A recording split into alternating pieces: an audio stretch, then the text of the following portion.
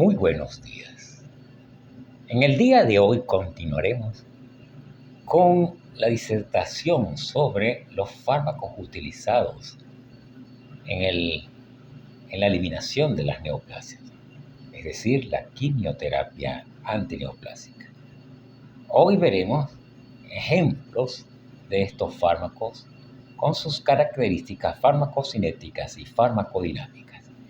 Y vamos a comenzar por aquellos fármacos que su objetivo es destruir o eliminar las células cancerosas, como son los fármacos citotóxicos.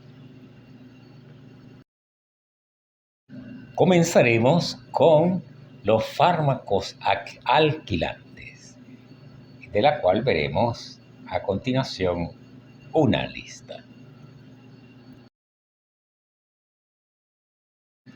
Los fármacos alquilantes y agentes relacionados consta de 4 grupos: las mostazas nitrogenadas, las nitrosourias, los compuestos de platino y otros. Las mostazas nitrogenadas, a su vez, están constituidas por la bendamustina, el clorambucil, la ciclofosfamida, la estramustina, la ifosfamida y el melphalan. Como ejemplo de las nitrosourias tenemos la carmustina y la lomustina.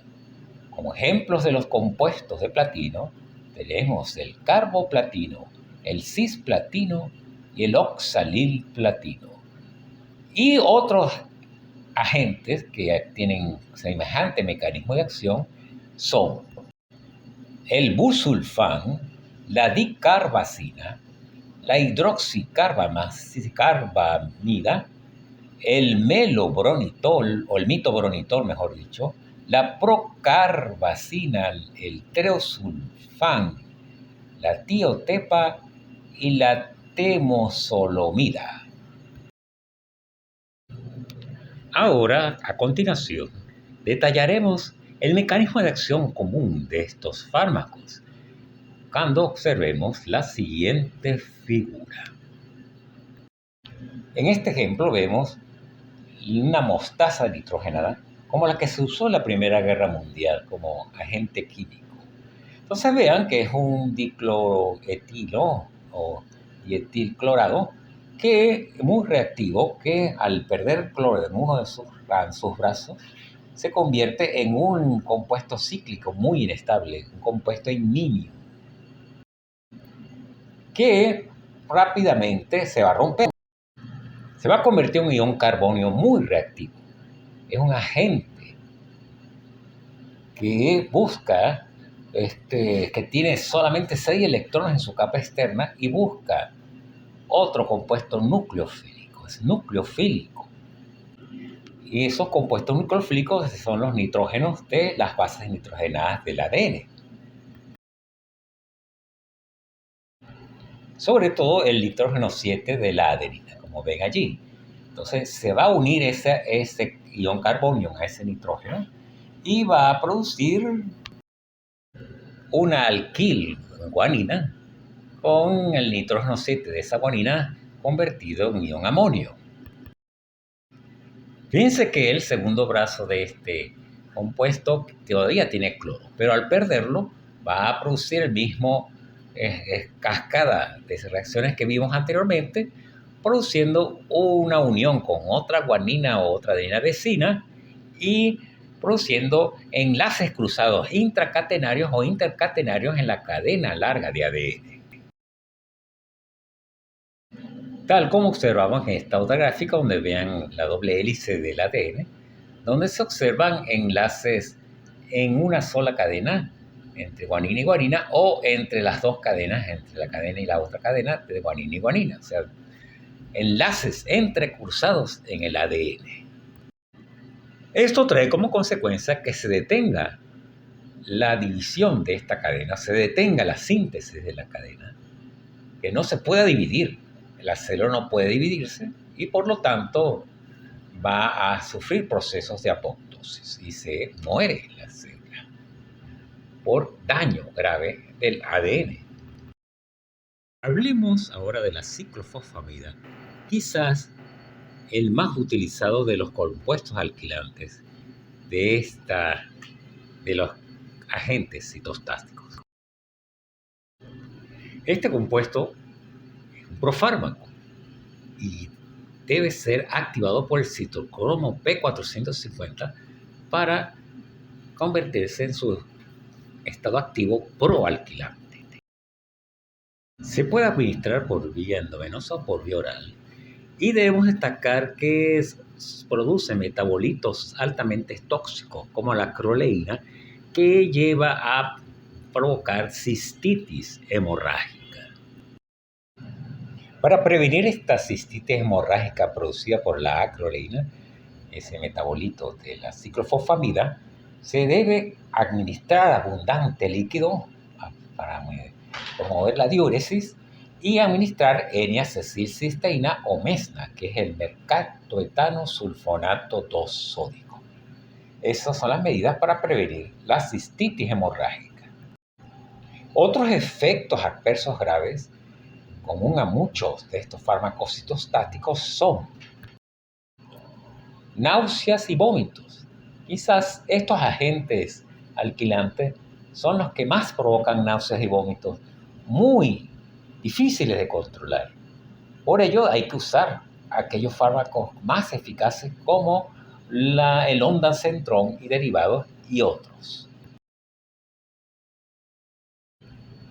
Además tenemos el asunto de la mielodepresión. O sea, hay una depresión en la formación de células formes de la sangre que se va a traducir en trombocitopenia, neutropenia y posteriormente, después de 120 días, anemia. Entonces, para ello hay que utilizar las medidas que vimos en la primera parte de este capítulo. Debo señalar también que la ciclofosfamida suprime profundamente el crecimiento de los linfocitos, produciendo un efecto inmunosupresor que puede utilizarse en el control de enfermedades autoinmunes como por ejemplo el lupus eritematoso sistémico. Entonces la ciclofosfamida se utiliza también en el control de enfermedades autoinmunes. Ahora hablemos del cisplatino, que es un compuesto de coordinación planal donde el platino ocupa su posición central rodeado de dos grupos amonios y dos cloros. Véanlo allí. Este compuesto actúa de forma similar a los agentes alquilantes, liberando los dos cloros y formando enlaces cruzados entre bases nitrogenadas de guanina, adenina, adenosina, etc., produciendo enlaces cruzados, como dije, entre las cadenas del ADN o intracatenarios. Este compuesto revolucionó la quimioterapia de los tumores sólidos de ovario y de testículo, pero tiene problemas, como lo voy a mencionar. Este compuesto, a pesar de ser muy eficaz en esos tumores sólidos, tiene el problema común con los otros alquilantes de producir mucha náusea y muchos vómitos. Mucha náusea y mucho vómito.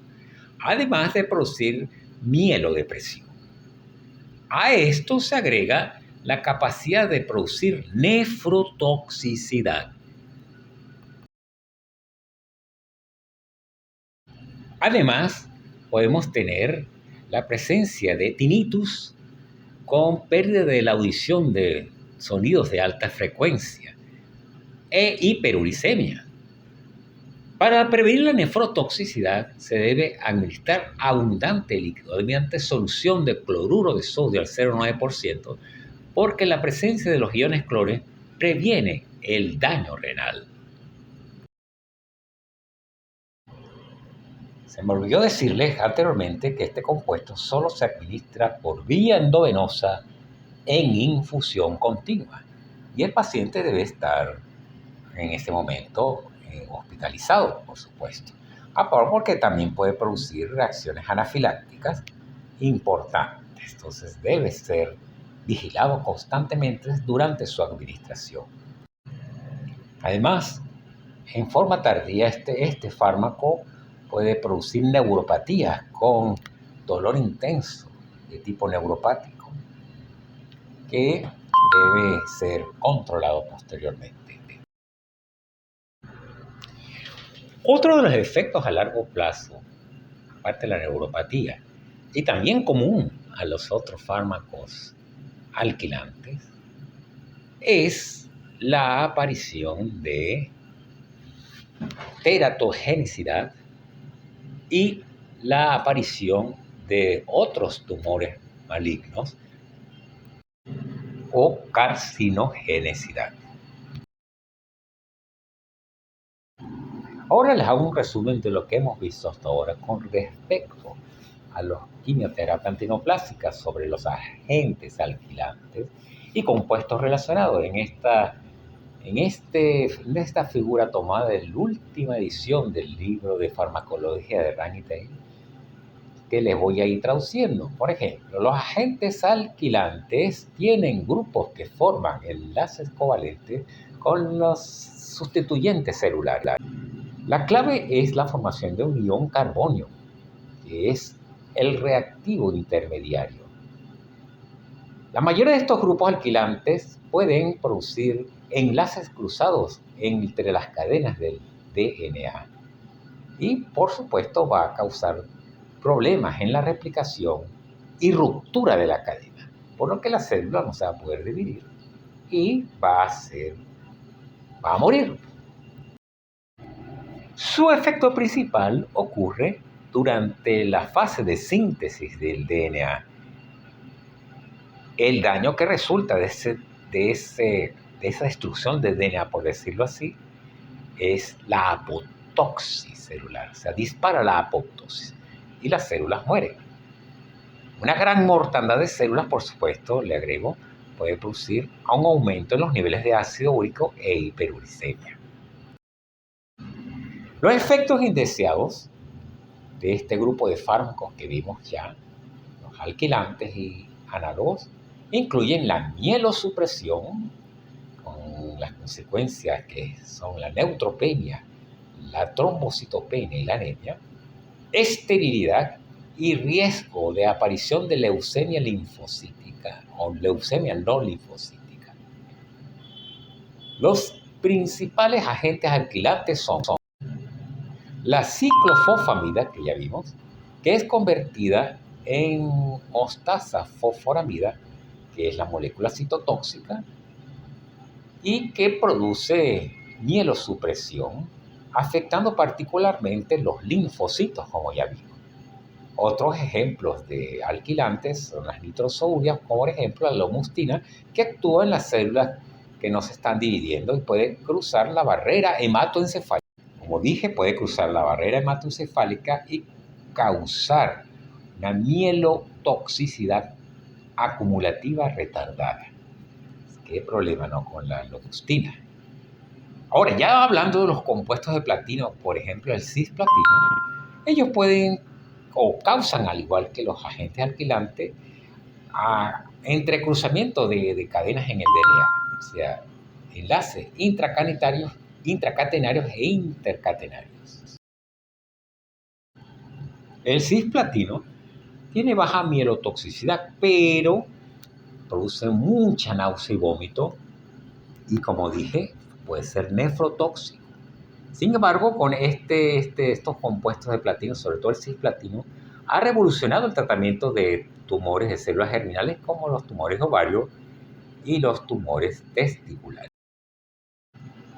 Ahora veremos el grupo de fármacos antimetabolitos, que son fármacos que interfieren en la síntesis de ADN o ARN, interfiriendo en las vías metabólicas de la síntesis de purinas y pirimidinas. Aquí tenemos cómo se dividen los antagonistas del folato, los que interfieren en la vía de síntesis de las pirimidinas y aquellos fármacos que interfieren en la vía de síntesis de las purinas. Esos son los fármacos. A su vez, los antagonistas del folato tenemos como ejemplo el metotrexato, muy utilizado, el pemetrexed y el raltitrexed.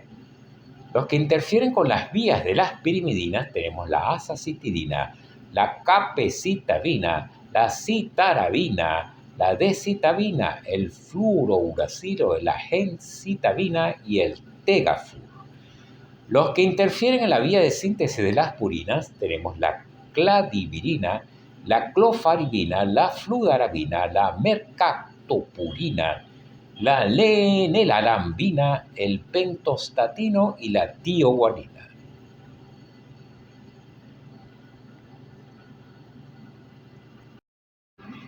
Comencemos hablando del principal fármaco que interfiere en la vía de los folatos, que es el metotrexato.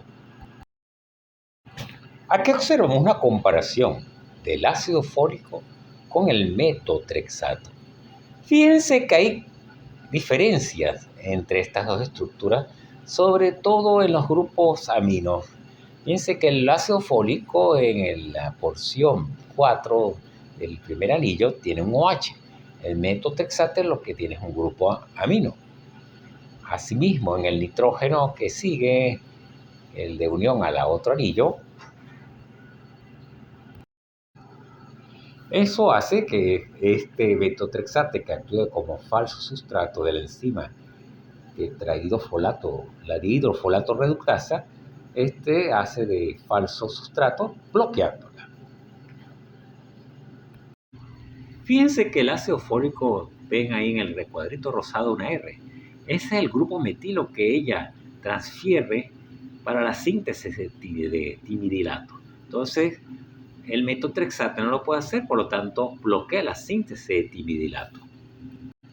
Aquí lo vemos en este ciclo. Vean cómo la dihidrofolato reductasa normalmente provoca la conversión del ácido dihidrofólico en el ácido hidrofólico en tetrahidrofólico, que luego adquiere una unidad de carbono, un grupo metilo, que después lo transfiere al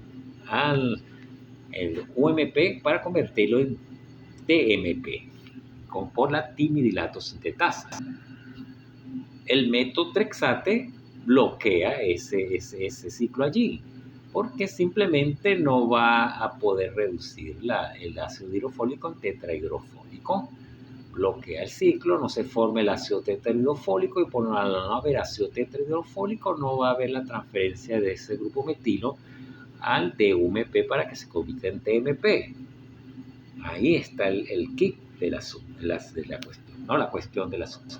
Como ya mencioné, los folatos son esenciales para la síntesis de las bases púricas y el timidilato, que son los ladrillos del ADN. Entonces, el bloqueo de esta enzima va a impedir que se sintetice ADN. No va a haber síntesis de ADN. Y esto hace que se detenga el crecimiento celular.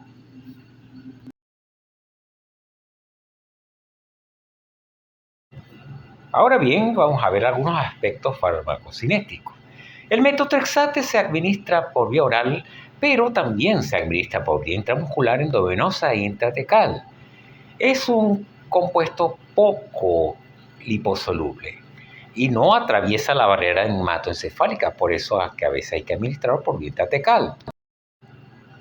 El metotrexato es captado activamente por las células por el transportador de folatos y es metabolizado dentro de ellas en metabolitos poliglutamáticos que son retenidos por semanas o meses, aun cuando no hayan niveles plasmáticos de metotrexato, o sea, se retiene dentro de las células. Ahora hablemos de los efectos adversos del metotrexate.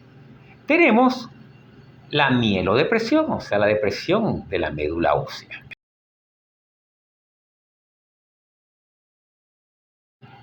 Además, se ha reportado daño a al epitelio gastrointestinal con la consecuente aparición de diarrea y mala absorción. También se ha visto con el uso a largo plazo la aparición de neumonitis. A dosis elevada por encima, 10 veces por encima de las dosis usuales, debido a resistencia, pueden producir nefrotoxicidad. Esto es debido a que el exceso de droga administrada tiende a cristalizarse en los túbulos, la droga y sus metabolitos, produciendo el daño en los túbulos renales.